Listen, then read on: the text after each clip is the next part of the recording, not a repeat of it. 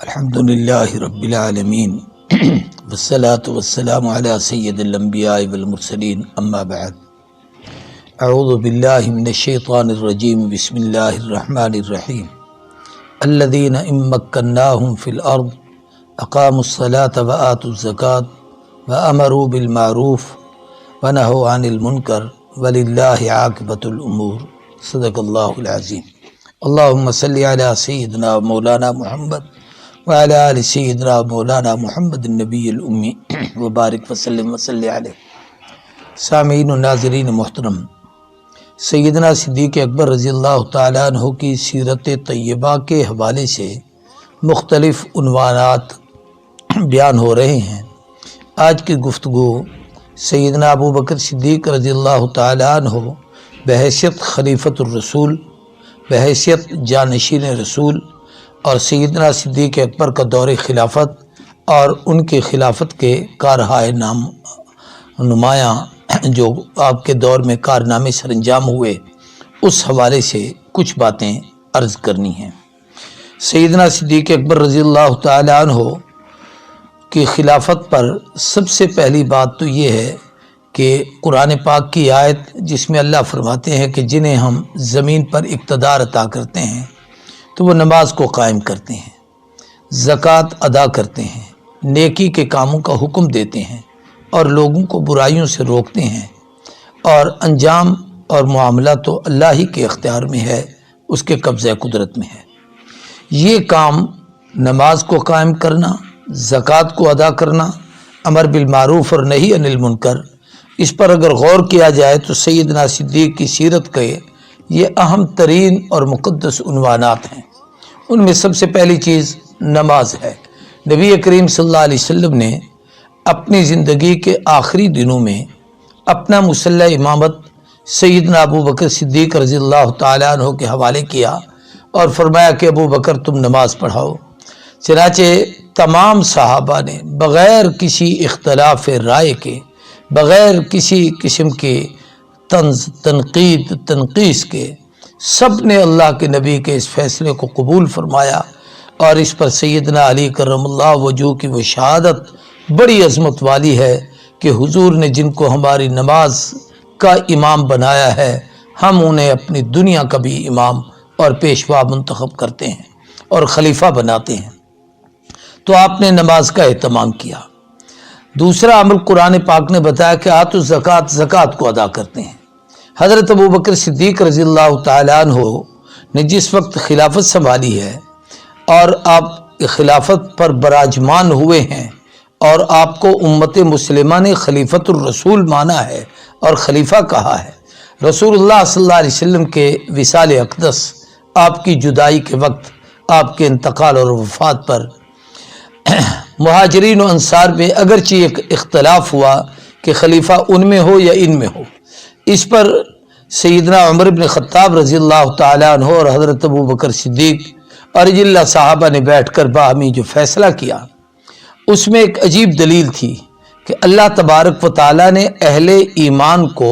صادقین کے ساتھ ہونے کا حکم دیا ہے، یا ایھا الذین آمنوا اتقوا اللہ وکونوا مع الصادقین۔ تو صدق کا اعزاز مہاجرین کو ملا ہے، انصار معاونین ہیں، خدمت گزار ہیں۔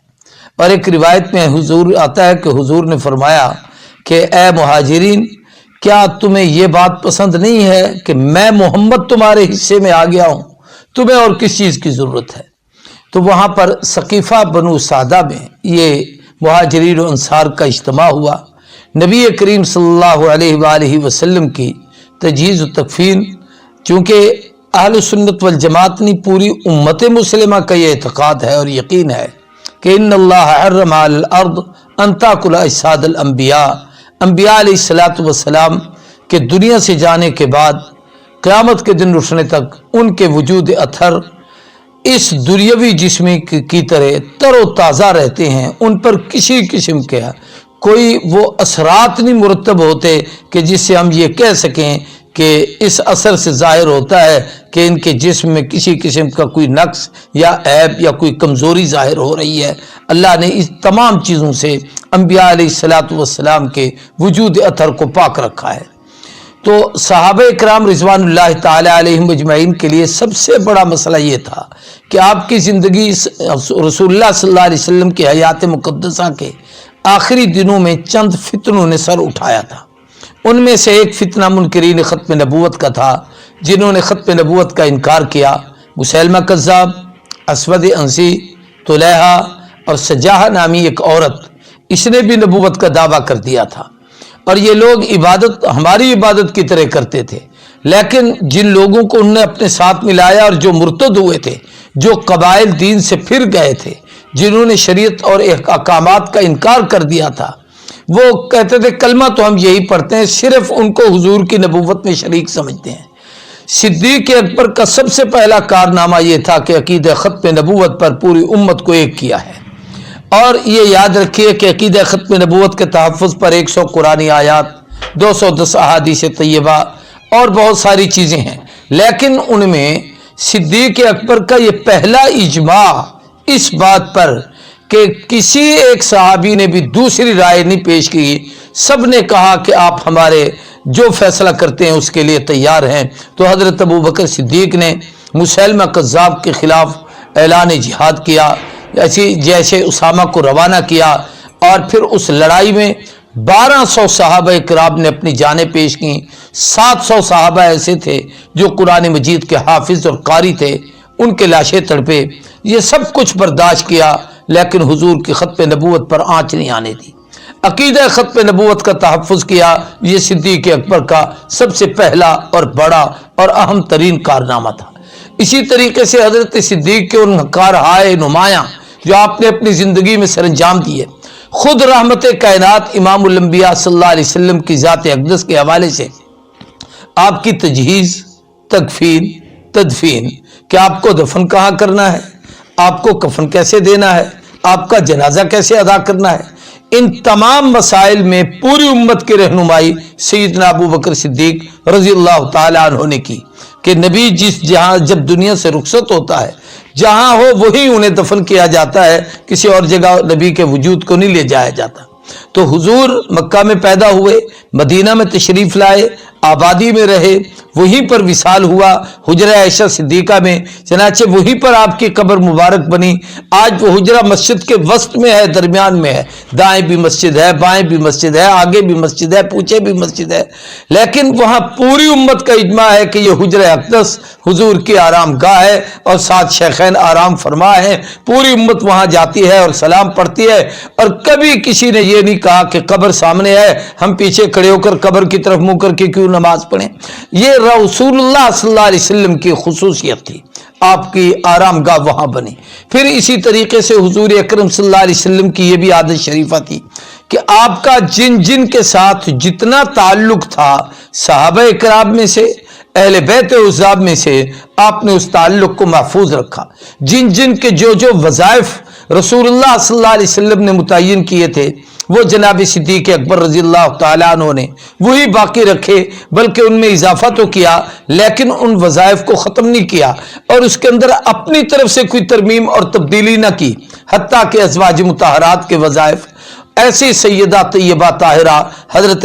سیدہ فاطمہ الزہرا سلام اللہ علیہا کے وظائف، حضرت علی ابن ابی طالب، حسنین کریمین، اور ایسے ہی حضرت عبداللہ ابن عباس، حضرت عباس، خاندان نبوت، اور حضور اکرم صلی اللہ علیہ وسلم کے وہ قریبی خدام اور غلام جن کو آقا خاص طور پر نوازا کرتے تھے، یہ کام سیدنا صدیق اکبر نے اللہ کے محبوب کی اس محنت کو، اس کام کو باقی رکھا۔ بلکہ احترام کی کیفیت یہ تھی، کتابوں میں آتا ہے کہ ام المومنین عائشہ صدیقہ باوجود اس کے کہ بیٹی تھی، جب حضرت ابوبکر ملنے کے لیے جاتے تو انہیں ام المؤمنین کہہ کے، امی کہہ کے خطاب کرتے، جبکہ وہ بیٹی تھی، اس لیے کہ رسول اللہ کی زوجہ ہے، اور اس حیثیت سے ان کا اکرام کرتے تھے۔ ایسی سیدہ فاطمہ الزہرا رضی اللہ تعالیٰ عنہ، حضرت ابوبکر صدیق کے عہد خلافت میں آپ کا وصال مبارک ہوا ہے۔ آخری دنوں میں جب بیوی شدید بیمار ہوئیں، حضرت ابوبکر صدیق نے اپنی بیوی سیدہ اسماء بنت امیس کو ان کی خدمت پر مامور کیا کہ آپ ان کی تیمارداری کیا کریں، ان کی خدمت کیا کریں۔ وہ روزانہ جاتی تھیں، تیمارداری کرتی تھیں، خدمت کرتی تھیں، حتیٰ کہ جب ان کا وصال انتقال ہوا تو آپ کو کفن اور آپ کو کے غسل میں اور آپ کی وہ میت کی چرپائی بنانے میں اور آپ پر وہ حجاب اور پردہ ڈالنے میں، یہ سارا کردار ابو بکر کی بیوی سیدہ اسماء بنت امیس جو کا تھا، اور انہوں نے یہ خدمات ساری کی ساری سر انجام دی۔ اس سے حضرت ابو بکر صدیق کا رسول اللہ صلی اللہ علیہ وسلم کے خاندان کے ساتھ ایک اتنا گہرا محبت کا تعلق ہمیں سمجھ میں آتا ہے۔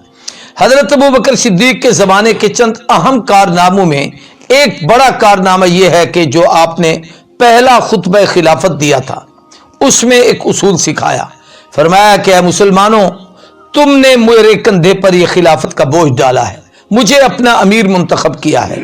یاد رکھو تم میں سے کوئی کمزور میرے نزدیک کمزور نہیں ہے، کوئی ادنا میرے نزدیک ادنا نہیں ہے، کوئی آدمی اپنے آپ کو چھوٹا یا گھٹیا نہ سمجھے، میرے نزدیک وہ سب سے بڑا ہے۔ وہ جب چاہے جو چاہے مجھ سے بات کرے، اور کوئی دنیا کا، کوئی دولت کا، کوئی کسی مال کا گھمنڈ اور غرور کر کے اور کسی غریب پر کسی قسم کا کوئی ظلم نہیں کرے گا۔ خبردار، میں ابو بکر اس کے ساتھ نمٹوں گا اور غریب کا حق اس کو دلواؤں گا۔ اس کو ہم کہہ سکیں تو یہ کہیے کہ ابو بکر کا پہلا کام عدل و انصاف تھا جو اس نے خدا کی زمین پر قائم کر دیا تھا۔ نماز کا نظام قائم کیا جس کو رحمت کائنات نے خود اپنے ہاتھوں سے مسلح پر کھڑا کیا۔ پھر حضرت ابو بکر صدیق نے امت کے عقیدے کے تحفظ کیا تو عقیدہ ختم نبوت پر پوری امت کا اجماع کیا اور مسلمہ کو قتل کیا گیا، اس کا تن سے جدا ہو گیا۔ ایسے ہی پھر ایک اور فتنہ کھڑا ہوا، وہ تھا، یہ بھی منکرین کا تھا، مرتدین کا تھا جو اسلام سے باغی ہو کر پھر رہے تھے، وہ تھا زکوٰۃ کے منکروں کا فتنہ۔ کئی عرب قبائل ایسے تھے جو، یا کئی تو ایسے تھے جنہوں نے اسلام سے منحرف ہو کر وہ ختم نبوت کا انکار کر بیٹھے، اور بہت سارے لوگ زکوٰۃ کا انکار کر بیٹھے کہ حضور کے حکم میں تھی، آقا کے جانے کے بعد حکومت بدل گئی، ہم نہیں دیتے۔ اس پر سیدنا صدیق اکبر رضی اللہ تعالیٰ عنہ نے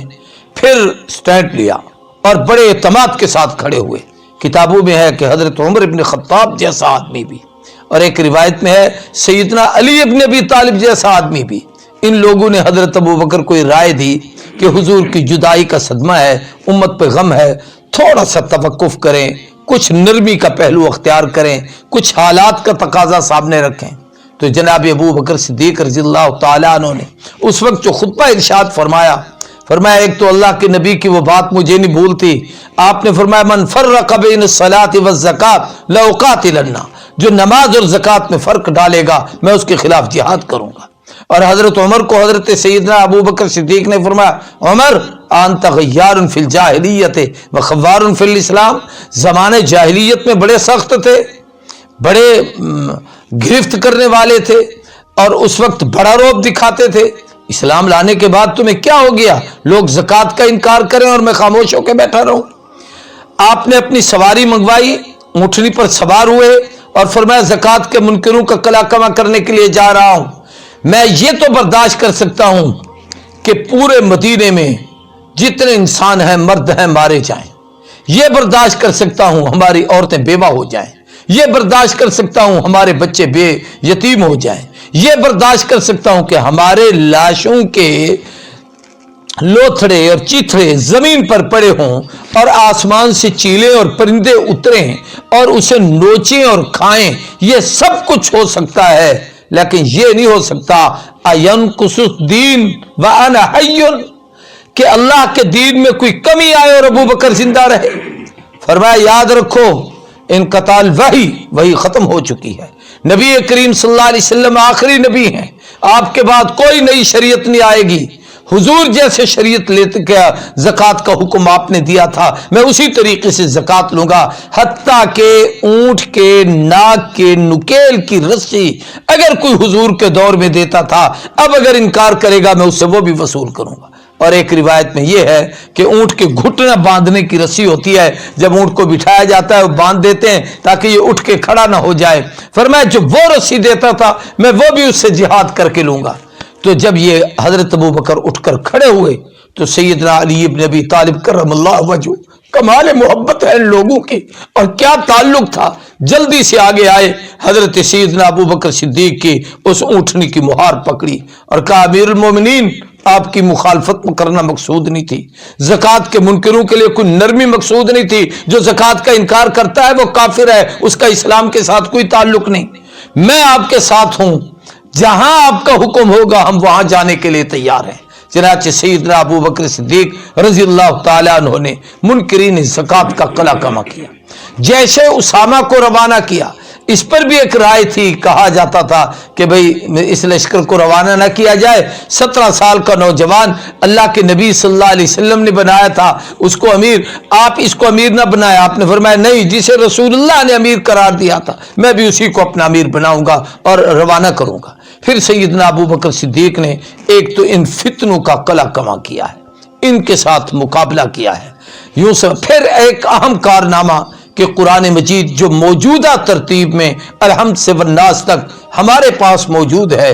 سیدنا ابو بکر صدیق رضی اللہ تعالیٰ عنہ نے اپنے عہد خلافت میں یہ بھی ایک عظیم کارنامہ دیا، سر انجام دیا کہ سیدنا حضرت عثمان ابن عفان، سیدنا علی ابن ابی طالب کرم اللہ وجہہ، سیدنا حضرت زید رضی اللہ تعالیٰ عنہ، سیدنا ابی ابن کعب الانصاری رضی اللہ تعالیٰ عنہ، سیدنا عبداللہ ابن مسعود رضی اللہ تعالیٰ عنہ، اور ایک روایت میں ابن عباس رضی اللہ تعالیٰ عنہ، ان اجلہ صحابہ کی ایک کمیٹی بنائی۔ حالانکہ حضور کی زندگی میں جو لوگ قرآن کے حافظ میں تھے ان میں خود ابو بکر بھی شامل ہیں، لیکن خود کو اس کمیٹی میں شامل نہیں کیا۔ علی ابن ابی طالب کی نگرانی میں کمیٹی بنی، اس کمیٹی نے بیٹھ کر قرآن مجید کی یہ ترتیب جو ہم پڑھتے ہیں کہ یہ سورت ہے، اس کے اتنے رکوع ہیں، پہلے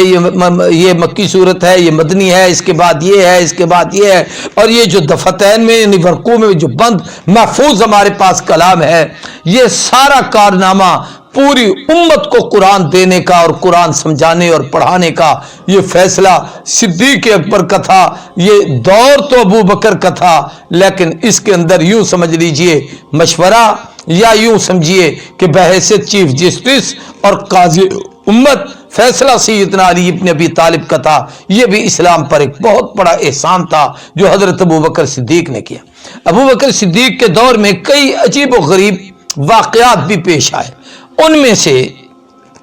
یہ جو بڑا ایک مشہور واقعہ، اور اقبال نے اس پر کہا تھا کہ دشت تو دشت ہیں دریا بھی نہ چھوڑے ہم نے، بحر ظلمات میں دوڑا دیے گھوڑے ہم نے، یہ واقعہ حضرت ابو بکر کے زمانے میں آیا۔ حضرت علی حضرمی رضی اللہ تعالیٰ عنہ ایک صحابی ہیں، ان کو آپ نے جہاد پر بھیجا اور آگے سامنے سمندر آ گیا، آپ نے حکم دیا کہ اپنے گھوڑے سمندر کے اندر ڈال دو۔ صحابہ اکرام چلے، سمندر میں گھوڑے گئے، سمندر کی تہ پانی ادھر ادھر ہو کر اتنی اونچی ہو گئی کہ جب سمندر پار کر کے دوسرے کنارے پہ پہنچے تو ان گھوڑوں کے پاؤں کے سم صرف ان کو وہ پانی میں لگے تھے، اور باہر جا کر امیر نے کہا کہ کسی کی کوئی چیز گری تو نہیں ہے؟ تو ایک صحابی کہنے لگے کہ میرا ایک پیالہ رہ گیا ہے۔ تو اس وقت امیر لشکر نے اس سمندر کو کہا کہ سمندر سن، ہم رسول اللہ کے خادم ہیں، یہ صدیق کا دور خلافت ہے، ہم آئے ہیں اللہ کے دین کی سربلندی کے لیے، تجھے یہ حق حاصل نہیں ہے کہ اپنے ہمارے پیالے کو تو لے، جلدی کر پیالہ واپس کر۔ تو سمندر سے پانی کی ایک لہر آئی جس نے اس پیالے کو اٹھا کے باہر پھینکا۔ یہ وہ کارہائے نمایاں تھے جو سیدنا صدیق اکبر رضی اللہ تعالیٰ عنہ کے دور میں۔ ایک اور اہم کہ فتوحات کا زمانہ پھر صدیق کے دور میں شروع ہوا، یعنی آپ دیکھیں کتنا عجیب دور ہے، ایک طرف حضور کی جدائی کے صدمہ، دوسری طرف اندر کی شورشیں کہ مختلف قسم کے مرتدین، منکرین زکوٰۃ اور منکرین ختم نبوت اور مانعین زکوٰۃ، ان کے فتنے کھڑے ہو گئے، اور تیسری طرف یہ قرآن پاک کی حفاظت کا کام ہے۔ ادھر فتوحات کے دروازے شروع ہوئے، اور ان فتوحات میں خاص طور پر 2 فتح جو عراق اور شام کی طرف چڑھائی ہوئی اور اس میں اللہ نے مسلمانوں کو فتح نصیب کی، یہ سیدنا ابو بکر صدیق رضی اللہ تعالیٰ عنہ کے عہد خلافت کے کارناموں میں سے کارنامے ہیں۔ حضرت ابو بکر صدیق نے 2 سال 3 مہینے حکومت کی ہے۔ آپ نے جمادی الثانی میں کی 22 تاریخ کو آپ کا وصال انتقال پرملال ہوا، اور آپ کی وفات بھی رسول اللہ صلی اللہ علیہ وسلم کے وصال کی طرح سوموار کے دن ہوئی اور پھر منگل کے دن آپ کی تدفین کی گئی اور آپ کے جنازے کی امامت سیدنا عمر بن خطاب نے کی۔ جیسے حضور نے اپنی زندگی کے آخری دنوں میں صدیق کو مصلی امامت دیا تھا، ایسے ابو بکر نے اپنی آخری دنوں میں عمر بن خطاب کو مصلی امامت دیا تھا، اور فاروق اعظم رضی اللہ تعالی نے ان کے جنازے کی امامت کرائی۔ اور پھر حضرت عمر کو جب امیر منتخب کیا گیا تو کسی نے ایک دفعہ انہیں خلیفۃ الرسول کہہ دیا تو آپ ناراض ہو گئے۔ آپ نے فرمایا خبردار،